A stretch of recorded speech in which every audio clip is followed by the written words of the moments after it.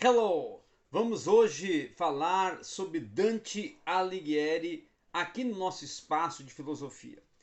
Nesse momento, queremos começar a estar falando sobre um dos grandes, vamos dizer assim, mentores, filósofos e dramaturgos da história cultural mundial. Dante Alighieri nasceu em Florença, na Itália, no ano de 1265. Dante pertencia a uma família de pequena nobreza, não era uma família nobre, poderíamos colocar uma família de classe média, tá? E graças ao título de cavaleiro otorgado ao seu trisavô, isso dentro da sua genealogia e a árvore de descendência, tá? Ele, pelo imperador Conrado III, a família de condição modesta tinha a oportunidade, né, de viver dentro de um comércio local e também dispor de câmbios e pequenos empréstimos.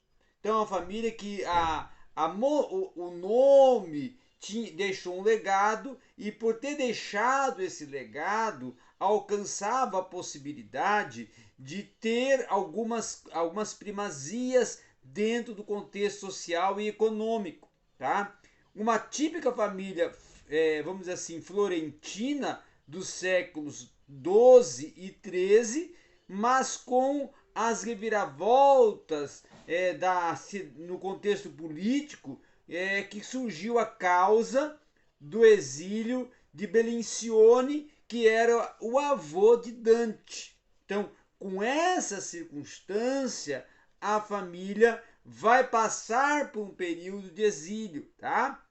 Tempos depois de morrer o pai de Dante Alighieri, que era um comerciante e que não teve grandes exponências nos seus negócios, tá? Dante então se torna chefe da família, o filho responsável por manter a família, o lar, já aos seus 16 para 17 anos. E ele vai receber uma instrução que era uma instrução ministrada aos jovens da região da Florentina, tá?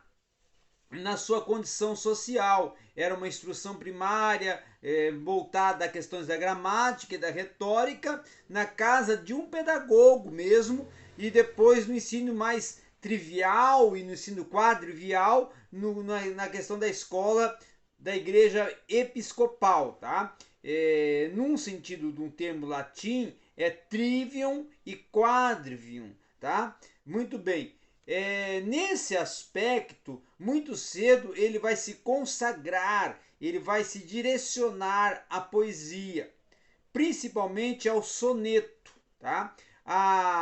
Um dos sonetos mais, quem sabe, propulsores dele, claro que foi a Divina Comédia, que fez o seu nome e tornou ele conhecido mundialmente. Porém, ele inicia, e o primeiro soneto dele vai ser denominado Ciascum Alma Presa, tá? Que vai ser justamente encabeçado nos anos de 1283, quando ele escreve, quando ele coloca esse poema em um papel. Nos estudos ele vai se dedicar, no início principalmente, à literatura, mais tarde a estudos filosóficos e teológicos, e a sua jornada acadêmica vai se constituir de 1290 a 1294. Depois de ele passar, talvez, pela Universidade de Bolonha, em 1287, ele vai frequentar intelectuais florentinos, ou seja, ele vai buscar nos intelectuais florentinos uma composição e da sua, vamos assim, condição intelectual, uma composição da sua intelectualidade, tá? E ele vai assimilar uma retórica clássica, medieval, dentro de um contexto de uma cultura francesa, as poesias no aspecto cortês, siciliano e toscano, dentro do âmbito da cultura italiana, tá? Outro sim também que os interesses de Dante Alighieri, no entanto, não se vai alimentar somente aos estudos. Em 1295, aos 30 anos, ele já passa a tomar parte dos âmbitos políticos da Florentina, à beira já de uma guerra civil. A motivação foram as novas medidas que deveriam surgir e que devolviam, dentro de um contexto, os direitos civis aos nobres, tá? Com a condição de que se inscrevessem numa corporação. Dante inscreve-se imediatamente na dos médicos e farmacêuticos. Até o ano de 1300, ele participa ativamente da vida política da Florença, tendo sido considerado e inserido em diversos conselhos e depois, mais tarde, tornou-se encarregado de missões diplomáticas de grande relevo e relevância dentro da Florência, tá? Outro sim também que é importante ressaltarmos e termos na nossa capacidade de aglutinar saberes é que, de acordo com os relatos, Dante, que havia ido a Roma para uma audiência com o Papa, ele não teve oportunidade sequer de retornar antes de sua condenação, que ocorreu em janeiro de 1302, sentenciada a uma pena pecuniária, a 2 anos de prisão e principalmente a perda dos direitos civis, e principalmente também no contexto de justificar-se perante um tribunal por sua ação política contra o racismo, ou seja, contra toda a estrutura racial. Dante também não teve uma ingenuidade, né? Uma ingenuidade de apresentar-se e com isso acabou indo para o exílio. Condenado à morte por contumácia em março de 1302, ele nunca mais iria voltar e rever a sua cidade natal e também não só a sua cidade natal, mas também a toda a estrutura de vida social que ele gozava na Florença.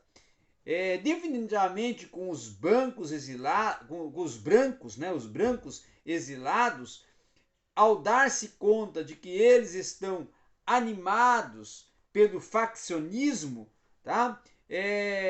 Dante vai começar a viver no exílio em momentos de, vamos assim, de suas composições literárias. É no exílio que ele vai compor toda a sua estrutura literária. Primeiro, com canções doutrinais, morais, cartas em latim, depois o tratado filosófico, aí vem uma grande obra denominada O Banquete, uma obra que foi até inacabada, né? E por último, a obra que fez o seu nome, que constituiu uma das grandes obras da cultura mundial, a Divina Comédia.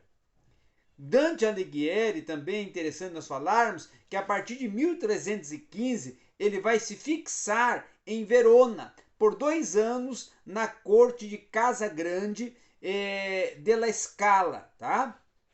Ali ele vai fazer a revisão da grande obra Inferno, que foi divulgado desde fins de 1314, onde ele vai escrever sobre o purgatório, que começa a circular em 1315 e começa então a escrever sobre o paraíso. Nessa ocasião, ele vai redigir a carta, que é a carta denominada Dedicatória do Paraíso, à Casa Grande de Monarquia, nos anos lá de 1317. Em 1316, ele recebe o perdão do exílio e é convidado pelo governo a retornar a Florença. Aí é que ele volta a Florença, que tem a oportunidade de retornar à sua casa, a seu berço social, mas as condições impostas a ele são humilhantes, semelhantes àquelas que eram reservadas aos criminosos. Dante rejeita então o convite de retornar a Florença e, em represália à sua negativa, ele vai receber uma nova condenação, dessa vez extensiva aos seus próprios filhos também. Outro sim também que devemos colocar, que segundo o relato de Vila Nova, Dante, já órfão de mãe, ainda criança, aos 9 anos de idade, ele vai conhecer Beatriz, da mesma idade, por quem ele vai se apaixonar, e nessa época os casamentos são motivados pelo quê? Por alianças políticas entre as famílias. Então, aos 12 anos, Dante já está prometido em casamento a uma moça da família Donati, tá? Data deste período de 1293 a 1295, época em que ele vai escrever Vila Nuova, o desvio do reto caminho, de que se declarara culpado, o que fornece um ponto de partida para sua narração sobre a Divina Comédia. Mas sem nunca ele ter tido a oportunidade de especificar ou presumir que isto viesse a se tratar de uma tríplice infidelidade e uma recordação de Beatriz à doutrina do amor sublimado, aí ele vai escrever a poesia Dolce Estilo Novo, que está inserida, inclusive, também na sua obra Divina Comédia, como um dos capítulos desta obra. As obras de Dante Alighieri, elas foram grandes marcos. Nós podemos considerar, inclusive, que a Divina Comédia, ela que é a maior obra e a mais propulsora obra de Dante Alighieri, que constituiu seu nome, que tornou ele conhecido mundialmente, foi iniciada em 1308, mas só foi concluída ao final da vida de Dante. Trata-se do quê? De um poema em 3 partes: inferno, purgatório e paraíso. Que ele vai descrever a jornada dele próprio, de Dante, né, para se encontrar com Deus, acompanhado, claro, de Virgílio, simbolizando o quê? A raça humana, um personagem que simboliza a raça humana, ou a razão humana, tá? A razão humana, até o ponto em que Beatriz, que é representando a graça divina, deve guiá-lo.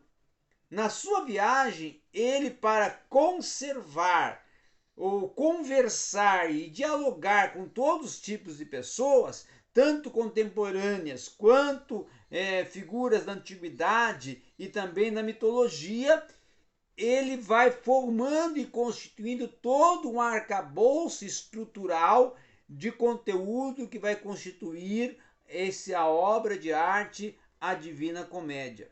Conforme nós podemos considerar, a Divina Comédia é uma cosmografia completa do conhecimento medieval e uma profunda recapitulação da doutrina cristã da queda e da redenção, colocada em versos de sublime e majestosa beleza, especialmente na criação de imagens, representa o pináculo da poesia italiana. Outro sim também importante destacar que Dante Alighieri ele vai conceder a oportunidade também numa outra